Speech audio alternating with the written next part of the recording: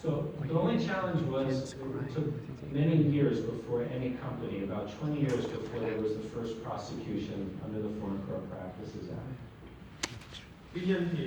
Yes, this really is a toilet, because a toilet was very important for the development of compliance programs.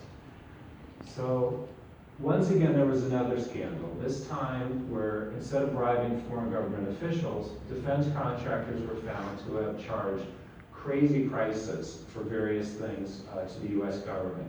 That included $600, so what, more than a billion dong for a toilet seat, $485 for a hammer, and $7,000 for a coffee maker. So the first set of responses came out of industry. In the United States, there's a history of business groups trying to regulate themselves to hopefully make the government feel less needed to do the regulation. So a group of defense contractors formed what's called the Defense Industry Initiative. Originally, there were 32 companies that agreed to join this, and the first chairman of the group was Jack Welch, who was a very famous CEO of General Electric. So the first response was they set up a series of principles that all the members of the DII were supposed to live up to. Very basic one, which is we shall act honestly in all business dealings with the U.S. government. Then they came up with a series of steps that they expected of their members that were very revolutionary at the time, but had become common practice in business at this point. So one, written codes of business conduct. It was a very new idea for business, but now most big businesses, if not all of them, have a code of conduct. They talked about training their workers in ethics and compliance issues, how to make sure you stay within the law. That was something that was very new at the time and very standard. And they talked about establishing ethics and compliance programs, which now are commonplace in business, but were very new then. And they also finally made a commitment to share best practices with each other. That they would talk about the problems they had and the solutions they found.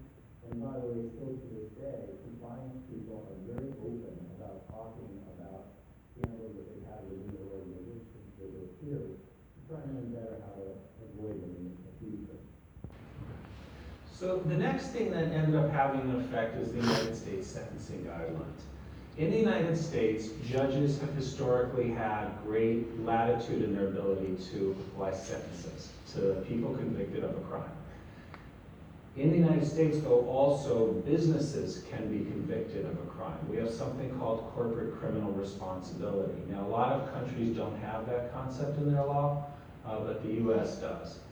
What was interesting was, in the United States, both sides of the political spectrum were unhappy. Liberals thought people were getting sent away for too much time. Conservatives thought for too little.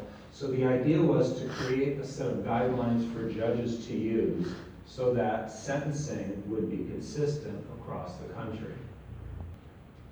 So within the guidelines, there's what are called aggravating and mitigating factors. Aggravating factors mean you sentence the person longer or you charge a larger fine to a company. Mitigating is things that would argue for a less severe penalty. The guidelines specified that if a company had an effective compliance program, and they defined what that would be, and I'll talk about that in a moment, they could have their fine reduced by up to 95%. Now, obviously, that's a very strong incentive for businesses to adopt a compliance program to sort of proactively protect themselves, so that if something goes wrong, they can say, look, we tried our best to prevent it. And the guidelines, as I said, outline what are the elements of an effective program. So here are the elements, and we'll take them one at a time, okay? First, oversight by high-level personnel. This can't be a program that we send a junior person to do. It's got to be somebody who is being watched over by the board of directors typically, or the CEO. It can't be something that a low-level manager oversees, and that the compliance officer reports to. Second, the person in charge of the compliance program has to have sufficient authority and resources to do the job. So you can't just say, you're in charge, you have no budget, make it happen, and here's your small office. It's gotta be a real program with real effort, and the person has to have the authority to be able to say, wait a minute, we can't do this. Then the next is you have to have communications to all levels of employees. You have to teach your workers what are the things that they might do wrong at work so that they're more likely not to do those things. Oops, too fast. All right, you have to do reasonable things to make compliance possible, which includes, one, monitoring and auditing, watching what's going on and seeing if people are doing what they're supposed to do.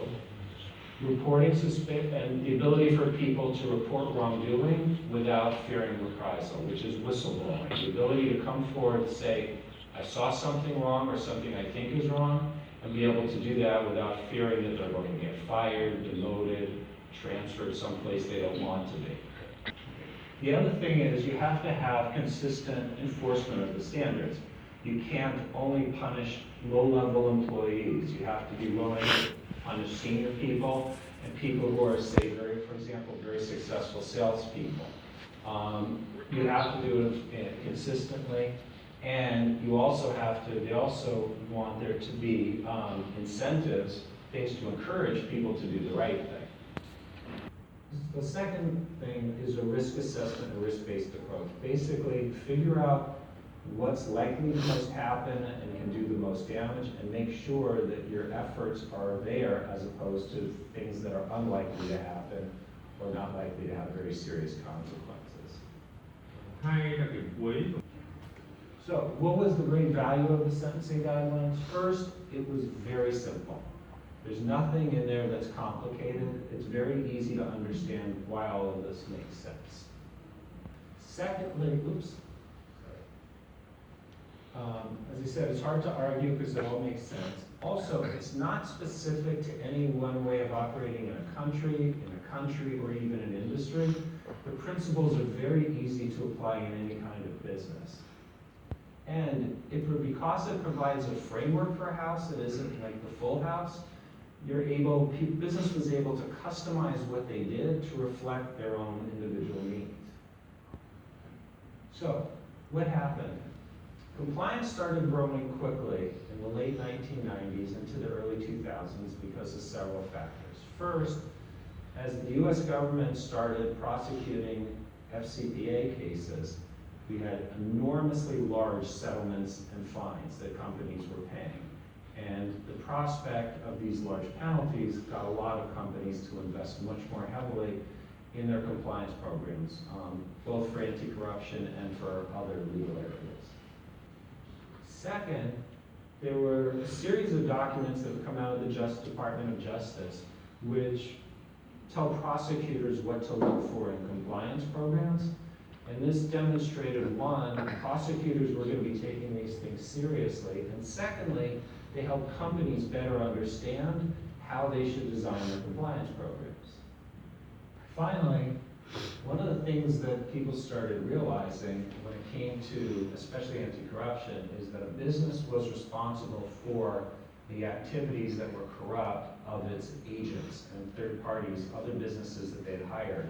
So for example, a company hires a vendor in another country to be its sales agent there. If that vendor pays a bribe, the company is liable for it. And that really added a lot to the risk businesses face. What happened was the OECD got very involved, the Organization for Economic Cooperation and Development, which is a group of, I think it's 44 of the richest economies in the world, focused on the area of corruption. And the OECD introduced its recommendations for further combating bribery of foreign public officials and business transactions.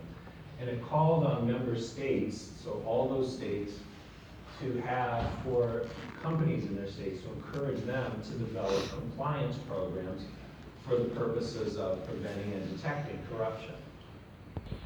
OECD, the way they get companies or countries within the membership to do things is what they do is called name and shame. So every few years they write a report about how the member states are doing against the various areas. that they've set as a priority, including anti-corruption, and they issue a report, and they're very, very open about it and can be very critical. So if a country does not pass the laws, they write a report that says they have failed to report the laws. Even pass laws. Even countries that are doing well, they include suggestions on how to improve their program better. So since no country wants to have a bad report, it provides a really strong incentive for them to develop compliance programs. So, a few months after passing these recommendations, they issued their good practice guidance on compliance program, giving people, countries a sense of what they were looking for, and it was very, very similar to the U.S. sentencing guidelines. And it really became the model for member states, and if you look now at laws that were promulgated by member states of the OECD since, you'll see very similar language describing what makes for a good compliance program. So now, around the world, we're seeing more laws. So the UK, the British government passed its Bribery Act, has been enforcing it. It's actually even stricter than the US law. Thế còn các cái More and more countries, Spain, France, Brazil, have passed their own versions of foreign bribery laws too. và các quốc gia And as they do it, they end up describing compliance programs not exactly like the US sentencing guidelines, but very, very similar, which is great for business because now there's a consistent approach worldwide and a consistent set of expectations for what business should do when it comes to compliance. Now, when it comes to enforcement, as I mentioned, the US government charges very heavy fines when it comes to FCPA violations. What's been going on also is prosecutors around the world have been working together on cases so that you now have a case where there's an allegation, there may be 2, 3, 4 different governments around the world working together for the prosecution. And that has 2 implications. One, it's much more difficult for organizations paying bribes to hide. And secondly, it's much more difficult to defend, to say, well, this government shouldn't be bothering when there's so many governments involved. So, what's on the business side? The other thing that's happening because of that whole third-party risk and things that encourage business to do it, larger companies are first of all conducting much stronger due diligence on third parties, trying to find out what this business is that I'm about to contract with, and to ensure that they're not going to be an organization that's going to pay bribes.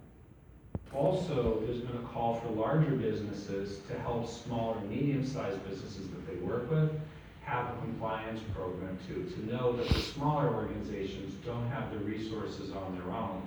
And it's obviously in the interest of the larger company if these smaller ones are operating properly. So, the bottom line, around the world now, there's compliance programs you'll find in very large down to sometimes even very small, but especially in any kind of business operating globally. And there are incentives now under the law in many, many countries for organizations to have compliance programs. Second, there's been a benefit. It gives businesses a stronger set of controls over how their people and how their business operates, because it helps prevent people from doing things that they shouldn't. Also, having a compliance program helps local businesses become a part of global supply chains. Basically, if you're a business looking to work with one of the big global companies, if you can demonstrate that you have a strong compliance program in place, it helps your business be able to get those contracts. That's my information. If you have any questions that you ever want to email me or call, but check what time it is before you call in Los Angeles. and